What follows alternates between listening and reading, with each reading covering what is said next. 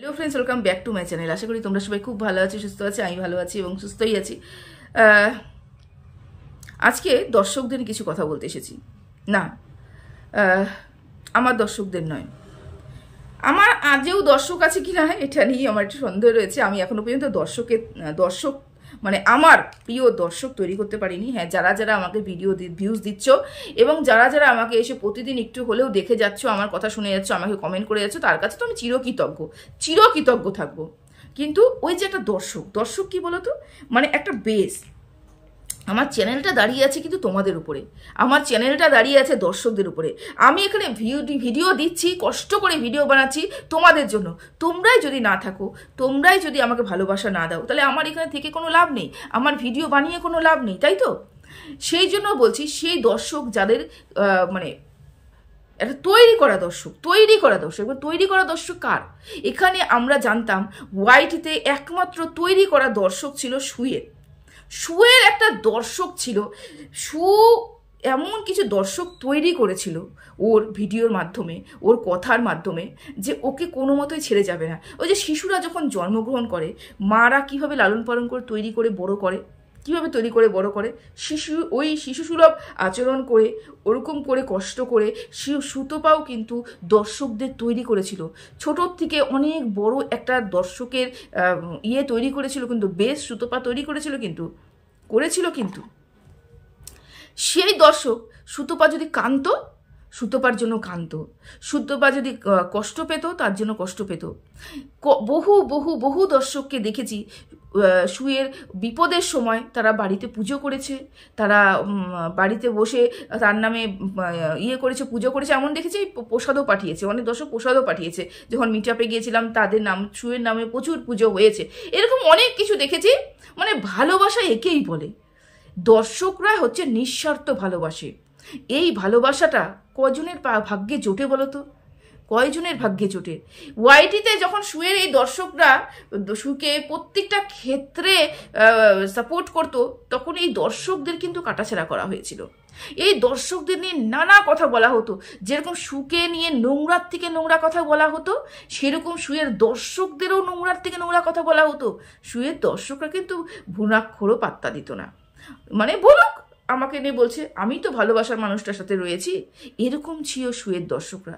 তাহলে আজকে হঠাৎ করে কেন শুয়ের দর্শকরা শুকে ছেড়ে আদার্স কন্ট্রোভার্সি ক্রিয়েটারদের ভিডিওতে গিয়ে তাদের কষ্ট ব্যক্ত করছে? কেন তাদের কথা, শুয়ের কথা গিয়ে বলতে বলতে তারা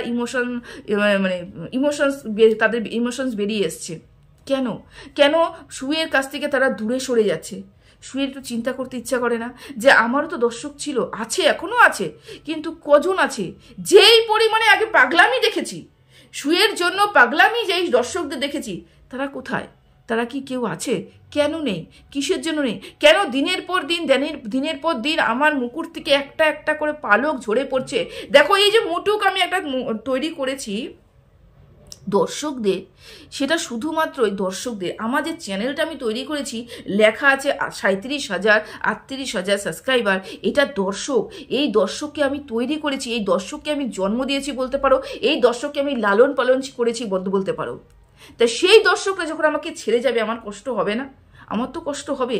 এবং দর্শকরা যখন ছেড়ে যাবে, তো দর্শকদের কষ্ট হবে না? কিন্তু ছেড়েটা যাবে কেন?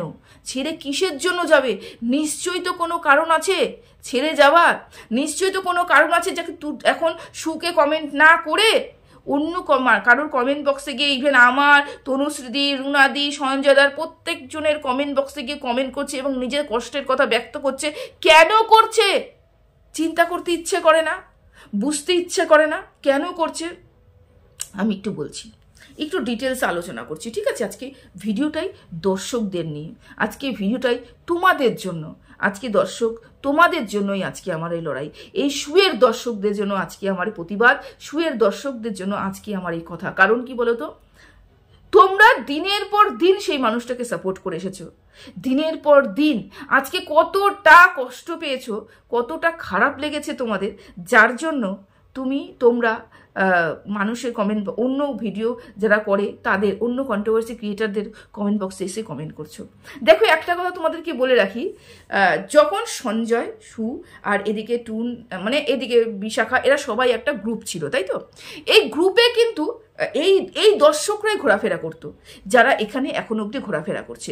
কিছু কিছু নতুন ইনক্লুডিং হয়েছে, কিন্তু এরাই কিন্তু ঘোরাফেরা করতো। যারা নতুন ইনক্লুড হয়েছে তাদের কথা আমি বলছি না, কিন্তু পুরনো কিছু দর্শক রয়েছে, এখনও রয়েছে, কিন্তু এখন তারা কমেন্ট করে না, আমার কথা দেখবে, আমার কথা শুনবে এবং আমার কথা বলবে। যদি কেউ শুনে থাকো আমার কমেন্ট বক্সে এসে কমেন্ট করেছেও, আমি জানি তোমরা খুব কষ্টতে আছো। এই যে দর্শকরা সঞ্জয়কে এবং সুকে একসাথে দেখে অভ্যস্ত ছিল, তারা একটা দল ছিল।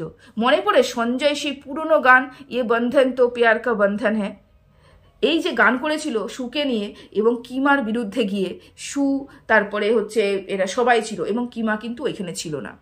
আর সেখানে অনেক অনেক মানুষ ছিল যারা এখন আপাতত ভিডিও করছে না। তাদেরকে দেখে কিন্তু অভ্যস্ত, সু এবং সঞ্জয়কে একসাথে দেখে অভ্যস্ত।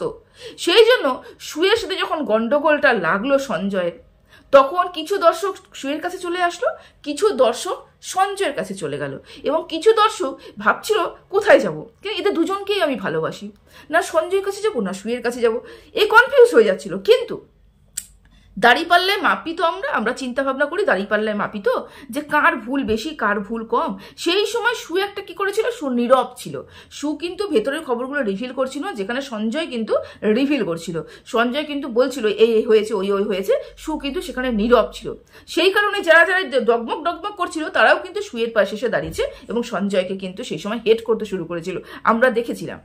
তারপরে কোনো একটা সময়ে টিনার জন্য লড়াই করতে করতে সঞ্জয়ের সাথে কিন্তু সুয়ের এই সাক্ষাৎ হয় এবং মানে কি বলবো, সব কিছু মিটমাট করে নেয়। তখনও কিন্তু দর্শকরা এই পরিমাণে সুয়ের কাছ থেকে আপসেট হয়নি, সুকে আপসেট হয়নি। হ্যাঁ, কিছু মানুষ কষ্ট পেয়েছে, কিন্তু এই পরিমাণে কষ্ট পায়নি। কারণ কি বলতো, কারণ এরা দেখে অভ্যস্ত, ইনারা দেখে অভ্যস্ত সু এবং সঞ্জয়কে একসাথে, সেজন্য সমস্যা হয়নি। দুজনকেই তো ভালোবাসতাম, হ্যাঁ গন্ডগোল লেগেছিল, অশান্তি লেগেছিল, ভাগাভাগি হয়ে গেছি, এখন আবার মিটমাট হয়ে গেছে, চলো একসাথে আমরা থাকছি। সমস্যা তো এখানটায় হয়েছে, আমরা দর্শকদের যেরকম তৈরি করব দর্শকরা সেরকমই তৈরি হবে।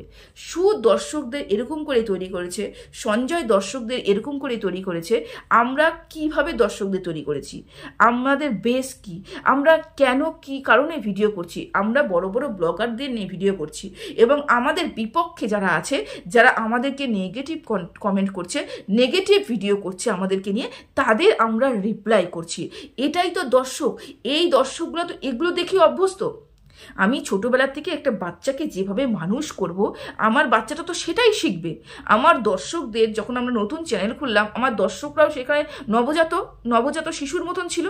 আমরা তো ওগুলোই শিখে এসেছি যে আমি খেকির বিরুদ্ধে ভিডিও করছি, আমি কিমার বিরুদ্ধে ভিডিও করছি, আমি ডাস্টবিনের বিরুদ্ধে ভিডিও করছি, যেটা তুমি বলতে ডাস্টবিনের ভিডিও করছি, আমি তাদের বিরুদ্ধেই ভিডিও করছি।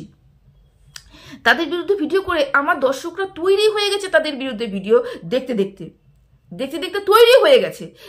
কিন্তু সঞ্জয়ের সাথে আমার সম্পর্কটা যেহেতু খারাপ হয়ে গেছিল, আবার ভালো হয়ে গেছিল, এটা নিয়ে আমার দর্শকদের মাথা ব্যথা হয়নি। কেন, আমাদেরকে কোনো এক সময় একসাথেই দেখেছে, তারপরে আলাদা দেখেছে, আবার একসাথে দেখেছে, এতটা কষ্ট পায়নি।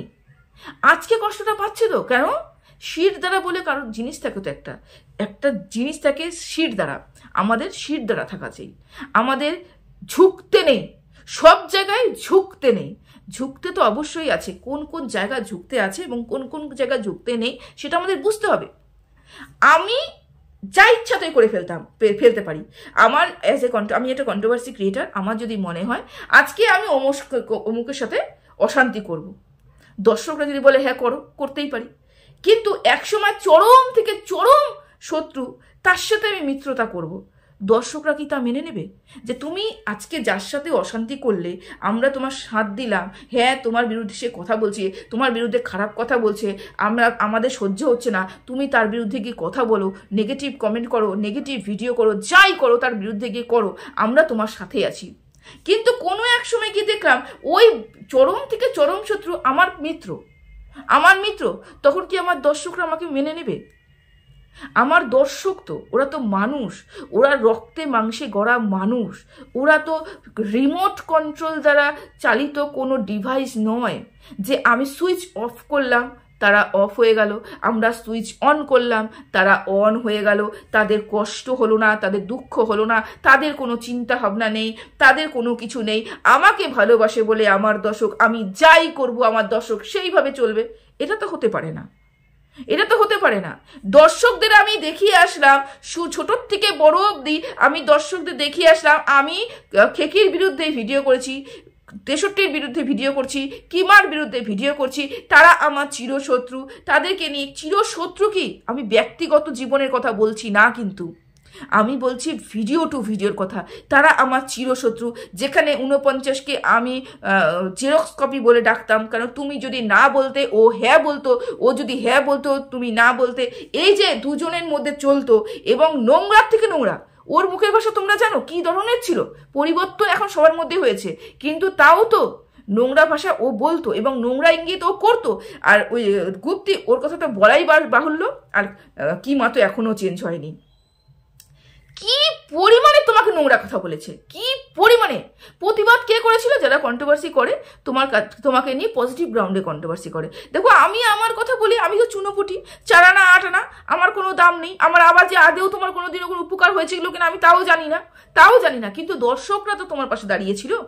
তোমাকে যখন কষ্ট দিত, তুমি যখন কাঁদতে, দর্শক তোমার সাথে কাঁদতো তো, তুমি যখন আঘাত পেতে, দর্শক তোমার সাথে তো কষ্ট পেত তো, তুমি যখন হাসতে, দর্শকরা তখন তোমার বাড়িতে, তুমি বাড়িতে বসে হাসতে, দর্শকরা দর্শকের বাড়িতে বসে হাসতো তো। তাহলে এই দর্শকদেরকে নিয়ে তুমি যখন চলছো, দর্শকরা যখন সবকিছু মেনে নিচ্ছে, তো দর্শকদেরও চিন্তা ভাবনা তোমার একটু মানা উচিত, দর্শকদের কথাও তোমার একটু চিন্তা করা উচিত ছিল। তুমি হঠাৎ করে তোমার মধ্যে এমন একটা পরিবর্তন আসলো, তুমি কি করলে? খেকিকে গলায় জড়ায় ধরলে, তুমি কিমাকে তুমি করে বলতে শুরু করলে। মানে পারলে তুমি কিমার পাশে বসেই ভিডিও করো, পারলে তুমি খেকির বাড়িতে পৌঁছে গিয়ে ভিডিও করো। এই ধরনের কথাগুলো কোন দর্শক মানতে পারে? অ্যাজ এ কন্ট্রোভার্সি ক্রিয়েটার আমার পক্ষে মানা সম্ভব নয়, পরিষ্কার করে বলে দিচ্ছি। অ্যাজ এ কন্ট্রোভার্সি ক্রিয়েটার আমার পক্ষে মানা সম্ভব নয়, আমি মানতে পারছি না। কারণ আমি যদি আমার শির দ্বারাটাই বিক্রি করে দিই, আমি এখানে বসেছি কন্ট্রোভার্সি করতে, এবং যাকে নিয়ে কন্ট্রোভার্সি করব, এবং তাকেই যদি আমি গলায় গলায় পীড়িত করি, এবং যখন আমার দর্শকরা আমাকে বলবে তোমার তো চরম সত্য, সে তুমি গলায় গলায় পীড়িত করছো, তুমি তো দোগলা, তখন আমি খেকির হয়ে আমার কমেন্ট বক্সে যারা কমেন্ট করছে, মানে খেকির বিরুদ্ধে, তাদেরকে আমি খেকির হয়ে ভিডিও কমেন্ট করব। এটা কি হচ্ছে? এটা কি হচ্ছে? তুমি খেকি হয়ে কমেন্ট বক্সে লড়াই করছো, খেকি তোমার হয়ে দালালির পথটা নিয়েছে, দালালির পথটা তোমার নিয়েছে। তোমাকে যদি কেউ খারাপ কথা বলছে, খেকি তোমার হয়ে কথা বলছে। তো এগুলো যখন ঘেটে হয়ে যাচ্ছে না, দর্শকরা নিতে পারছে না। একটা সীমানা থাকা উচিত, আমাদের প্রত্যেকটা মানুষের একটা সীমানা থাকা উচিত। এই সীমানার বাইরে গেলে পরে আমার কি কি ক্ষতি হতে পারে, আমার কি কি ভালো মন্দ হতে পারে, সব কিছু আমার জানা উচিত। কারণ আমরা দর্শকদের নিয়ে চলি, দর্শকদের যদি বিমুখ করে দিই, একদিন আমার চ্যানেলটা ডুব করে পড়ে যেতে বেশি দিন, মানে একটুক করে পড়ে যাবে। বুঝতে পেরেছো? তোমার যে 37,000-এর চ্যানেল কার জন্য হয়েছে? দর্শকদের জন্য হয়েছে। এই যে 37,000-এর দর্শকরা তোমাকে কি দেখে এসেছে? কি দেখে এসেছে? খেকির বিরুদ্ধে কথা বলতে এসে দেখেছে, কিমার বিরুদ্ধে কথা বলতে দেখেছে, 63-র বিরুদ্ধে কথা বলতে দেখেছে। হ্যাঁ, তুমি খুব বাজেভাবে কথা বলেছো, আমিও বলেছি, ওরাও বলেছে। হ্যাঁ, এখন আমরা বাজেভাবে কথা বলছি না, কিন্তু বলছি তো, আমরা বলছি তো। তুমি বলছো কি? তুমি বলতে পারছো না। সেই জায়গাটা কি করেছো? তোমরা মিটমাট করে নিয়েছো। যখন সম্পূর্ণটাই এক রঙের হয়ে যায়, তখন দেখতে আর ভাল লাগে না, কালারফুল জিনিস দেখতে ভাল লাগে। সব এক হয়ে যাচ্ছ, তোমরা সব এক হয়ে গেছো, যার জন্যই এই দর্শকরা কষ্ট পাচ্ছে। আমি ছোটবেলার থেকে আমি দেখে আসলাম অন্য কিছু, আমাকে মানুষ করলো এক জিনিস দেখিয়ে, বড় হয়ে বললো ছোটোর থেকে যা জিনিস দেখেছো সেই জিনিসটা ভুল, বড় হয়ে আমাকে অন্য কিছু দেখাচ্ছে। দর্শকরা তো সেটা মানবে না। ছোটোর থেকে যেটা দেখে এসেছে, বড় হয়ে তো সেটাই ওরা দেখবে, সেটাই তো ওরা দেখবে। বড় হয়ে তুমি বলছো ছোটোর থেকে যা যা তোমাদেরকে দেখিয়েছি সব ভুল ছিল, এখন যা দেখছো সেটাই অরিজিনাল। দর্শকরা কেন মানবে? কেন তোমার পাশে থাকবে? এই প্রশ্ন তোমাকে করেছি আমি না তোমার বিরুদ্ধে যাচ্ছি, না তোমাকে নিয়ে আমি কোনো কন্ট্রোভার্সি করতে চাইছি, কিচ্ছু না। আমি দর্শকদের কষ্ট তুলে ধরতে চাইছি। আমি বুঝতে পারছি দর্শকদের কষ্ট হচ্ছে, যার জন্য দর্শক তোমাকে ছেড়ে চলে যাচ্ছে, যার জন্য দর্শকরা অন্য কন্ট্রোভার্সি ক্রিয়েটারের দৌড়ায় দৌড়ায় ঘুরছে এবং কমেন্ট করছে। তারা কি করবে? তাদের কষ্ট কথা কাকে বলবে? যাকে বলতো, যার জন্য কষ্ট পেত, যার জন্য পুজো করতো, সে তো তার কথা ভাবছে না, সে তো তাদের কথা ভাবছে না। কারা ভাববে দর্শকদের কথা? যারা আমার মা বাপ, হ্যাঁ, দর্শকরাই আমার সব কিছু। তাদের কথা তো আমরা ভাবছি না, তাদের কথা ভাবি না। আমার ইচ্ছে হলো আমি চরম ঝগড়া অশান্তি করলাম, আমার দর্শকরা রাজি হয়ে গেল। আমার ইচ্ছে হলো আমি মিটমাট করে নিলাম, আমার দর্শকরা রাজি হবে কেন? কেন? কিসের জন্য? দর্শকরা তো ভুলতে পারে না, দর্শকরা তো রিমোট কন্ট্রোল দ্বারা চালিত নয়। ওরা কিভাবে ভুলে যাবে যে এই অশান্তি হয়েছিল, এই তোমাকে বলেছিল, তোমার এই পরিবারে নিয়ে এত নোংরা কথা বলেছিল, তোমার ভাগনার সাথে এই বলেছিল, তোমার তারপরে ননদকে নিয়ে এই শ্বশুর শাশুড়িকে নিয়ে, মানে হাবি যাবি যাবতীয় কথা বলে ফেলেছিল, তুমি সব ভুলে গেছো। দর্শকরা তো ভুলতে পারে না, কেন ভুলবে? তুমি ভালো ভাষায় কথা বলছো, বলো, দর্শকদের তো আপত্তি নেই। দর্শকরা অ্যাপ্রিসিয়েট করছে যে না, ভালো ভাষায় কথা বলছে, এরকমই ভাষায় কন্ট্রোভার্সি করা উচিত। তাই বলে গলায় গলায় পীড়িত, এটা আমি মেনে নিতে পারছি না, এটা আমি মেনে নিতে পারছি না। এটা কে মেনে নিবে? কাদের মন উদার, কাদের মন অনেক বড়, তাদেরই মুবারক হোক। আমার পক্ষে সম্ভব নয় এগুলো মেনে নেওয়া, আর আমার পক্ষে সম্ভব নয় এগুলো দেখে চুপ থাকা। সেই জন্য আজকে এই ভিডিওটা আমি করতে বসলাম, শুধুমাত্র দর্শকদের কথা চিন্তা করে। বুঝতে পেরেছ? তো সবাই ভালো থেকো, সুস্থ থেকো। আজকের ভিডিওটা এতটুকুই। টাটা।